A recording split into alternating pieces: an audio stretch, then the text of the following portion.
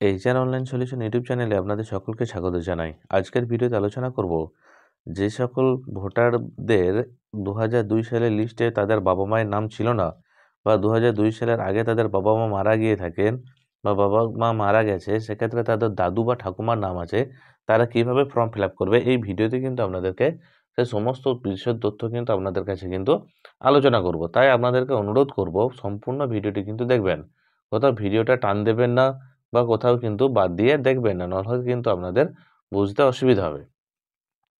তাই আপনাদেরকে অনুরোধ করব সম্পূর্ণ ভিডিওটি কিন্তু পুঙ্খানুপুঙ্খভাবে দেখুন এবং বোঝার চেষ্টা করুন।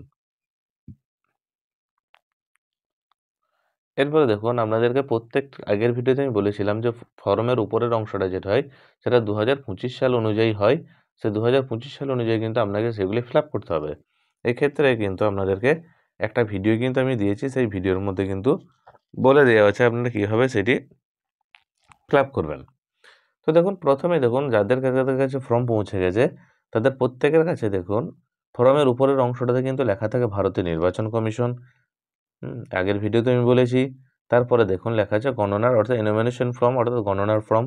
তারপরে থাকবে name and contact number of BLO অর্থাৎ আপনার যে বুথ লেভেল অফিসার আছে তার নাম এবং ফোন নাম্বার কিন্তু এখানে থাকবে। তারপর 2025 সালে ভোটার লিস্ট অনুযায়ী আপনার যে নাম আছে সেই নামটি এখানে শো করবে। তারপরে এখানে আপনার এপিক নাম্বার অর্থাৎ ভোটার কার্ড নাম্বার থাকবে, আপনার ঠিকানা থাকবে।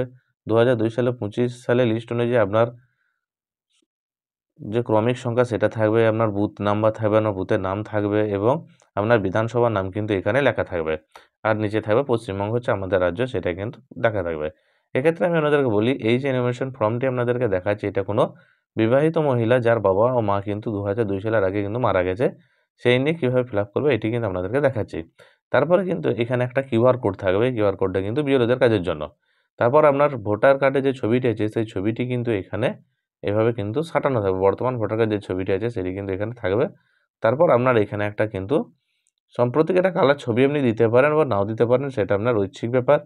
এই নিয়ে কিন্তু নির্বাচন কমিশন খোলাসা করে দিয়েছে, ছবি নিয়ে আপনি দিতেও পারেন না দিতেও পারেন, সেটা আপনার সম্পূর্ণ ব্যক্তিগত ব্যাপার। ঠিক আছে, এবার আপনাদেরকে আলোচনা করছি ভিডিওর মাধ্যমে যে কীভাবে আপনারা ফর্মটা ফিল আপ করবেন। প্রথমে আছে জন্ম তারিখ, যেটা ডিডি এমএম ওয়াইওয়াই ফরম্যাটে কিন্তু আপনাদেরকে ফিল আপ করতে হবে। যদি কারোর কাছে জন্ম প্রমাণ অর্থাৎ বার্থ সার্টিফিকেট বা মাধ্যমিকের বোর্ড সার্টিফিকেট না থেকে থাকে এবং তাদের ভোটার কার্ডে যদি জন্ম তারিখ না লেখা না থাকে, তাহলে আমি আপনাদেরকে অনুরোধ করব যে আপনারা আপনাদের প্যান কার্ডে যে ডেট অফ বার্থ আছে সেই প্যান কার্ডের ডেট অফ বার্থটা কিন্তু আপনারা এখানে লিখে দেবেন। বুঝা গেল? যদি আপনাদের কাছে মাধ্যমিকের বোর্ড সার্টিফিকেট বা জন্ম সার্টিফিকেট না থাকে তাহলে কিন্তু প্যান কার্ডের যে ডেট অফ বার্থ আছে আপনারা কিন্তু এটা এখানে পরিষ্কারভাবে কিন্তু লিখে দেবেন।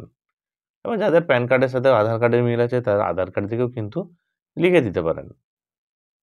এখানটা আপনাদের বুঝে গেল। তারপরে দেখুন আছে আধার নাম্বার।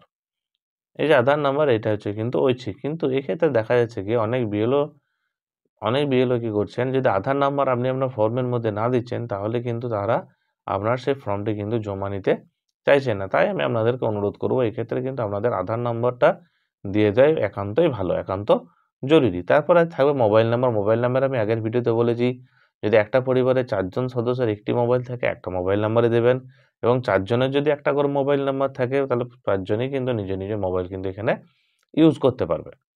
তারপরে দেখুন লেখা আছে পিতা বা অভিভাবকের নাম।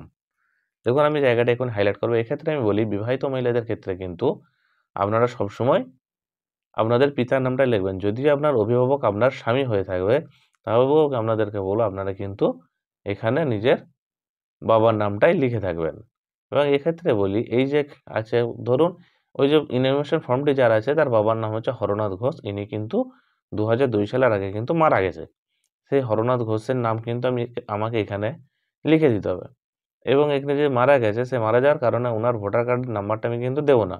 ভোটার কার্ড নাম্বারটা না দিয়ে আপনারা এন/এও লিখে দিতে পারেন অথবা আপনারা এবং ওনার যে মা আছে দেখুন ওনার মায়ের নাম বিন্দুবালা ঘোষ, উনিও কিন্তু 2002 সালের আগে কিন্তু মারা গেছে। এক্ষেত্রে আমি ওনার ভোটার কার্ড নাম্বারটা দেবো না, আপনি এনে লিখে দিতে পারেন বা ঘরগুলো কিন্তু আপনারা ফাঁকা রেখে দিতে পারেন। এই দেখুন এখানে এপিক নাম্বার আছে, এপিক নাম্বারের জায়গাটা কিন্তু আমি এন/এ রেখে দিয়েছি, অর্থাৎ নাইবা আমাদের জানা নেই। এক্ষেত্রে আপনারা ফাঁকাও রেখে দিতে পারেন অথবা এই কথাটা লিখে দিতেও পারেন। এক্ষেত্রে কিন্তু কোনো নিষেধাজ্ঞা নেই।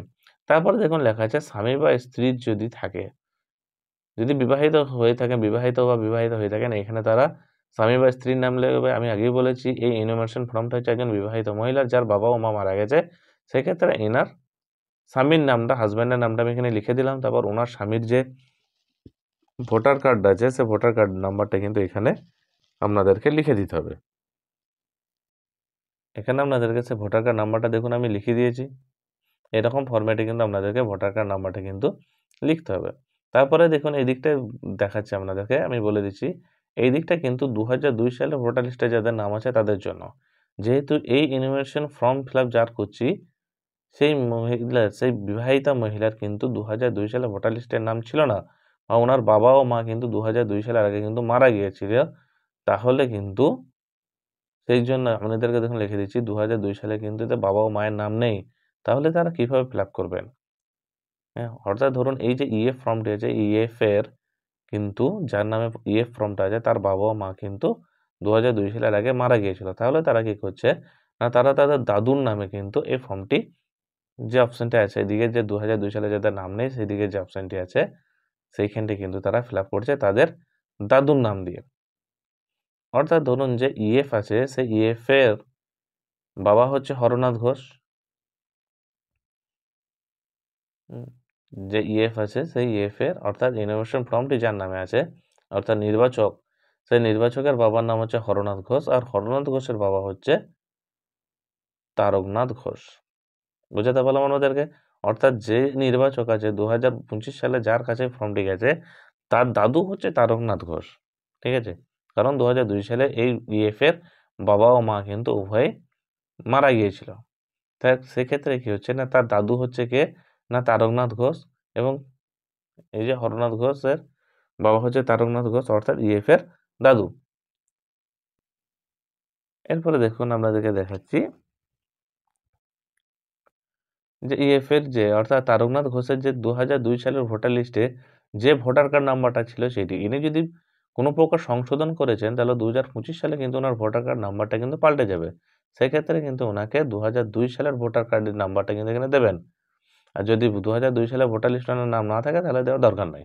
এরপর দেখুন আছে আত্মীয়ের নাম, অর্থাৎ তারকনাথ ঘোষের যে বাবা, সেই তারকনাথ ঘোষের বাবার নাম কিন্তু আপনি এখানে দিয়ে দেবেন অরুণ ঘোষ, এবং তার সাথে আপনার যে সম্পর্ক আছে সেই সম্পর্কটা এখানে নাতনি লিখে দেবেন। এখানে কিন্তু অরুণ ঘোষের সাথে তরুণ ঘোষের সম্পর্ক কিন্তু আপনারা দেবেন না। এখানে কিন্তু আপনাদেরকে আমি অনুরোধ করব, এই তারকনাথ ঘোষের সাথে এই যে নির্বাচকের নাম, অর্থাৎ যে ইএফ ফর্মটি যার নাম আছে তার যে সম্পর্কটা আছে সেই সম্পর্কটা আপনারা কিন্তু এখানে মেনশন করবেন।